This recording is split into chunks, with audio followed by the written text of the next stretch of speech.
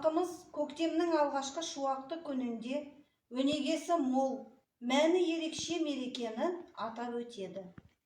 1 наурыз алғыс айту күнінде еліміздегі түрлі ұлт өкілдері қазақ халқына айрықша алғыс айтып, құрметі мен ізетін білдіріп келеді. Мейірбан жүрегіңмен құшақ жайып, көп халықты жаттың қарсы алып, ізгілікпен бауырыңды шақырып, дархан дастарханнан дәм алып. Қазақстанның киелі шаңырағы астында әртүрлі ұлт өкілдерінің тату-тәтті өмір сүріп жатқандығы бізді қуантады. Халқымыз қиын қыстау заманда олардың басына түскен ауыртпалықты қайыспай бірге көтере білді. Бір-біріне туысқан 133 ұлт тоғысқан. Бірлігіміз жарасқан, менің отаным Қазақстан.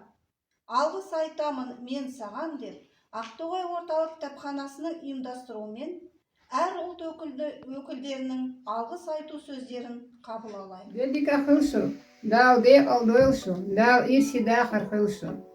Дорогие жители Казахстана, хотим поздравить вас от имени Чечено-Ингушского этнокультурного объединения с Днем Благодарения. Пусть сбываются мечты и жизнь дарит только самое лучшее.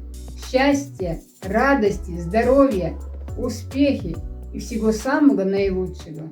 Добрый день, скъпи хора. Българският културен център поздравлява всички казахстанци с деня на благодарността. Има хора, които със своите добри дела и участие правят този свят по-добър и по-харизматичен. Днес казваме благодаря. Пожелаваме на казахстанците просперит и спокойствие. Нека вашият дом бъде уютен и топъл. Честит праздник! Уважаемые казахстанцы, 1 марта в Казахстане отмечают День благодарности. В этот день народы страны благодарят друг друга за терпимость и гостеприимство, проявленные в то тяжелое время, когда многие этносы были депортированы в нашу страну. Желаем всем крепкого здоровья, благополучия, чистого мирного неба над головой, процветания нашей стране, нашей родине, Казахстан. Уважаемые агдагатцы и мои земляки, я представительница Татарского этнокультурного центра Гульшова Галия. Поздравляю с праздником Дня Благодарности. В этот первый весенний праздник весны разрешите вас поздравить и пожелать мира, добра, согласия в нашем многонациональном государстве Республики Казахстан.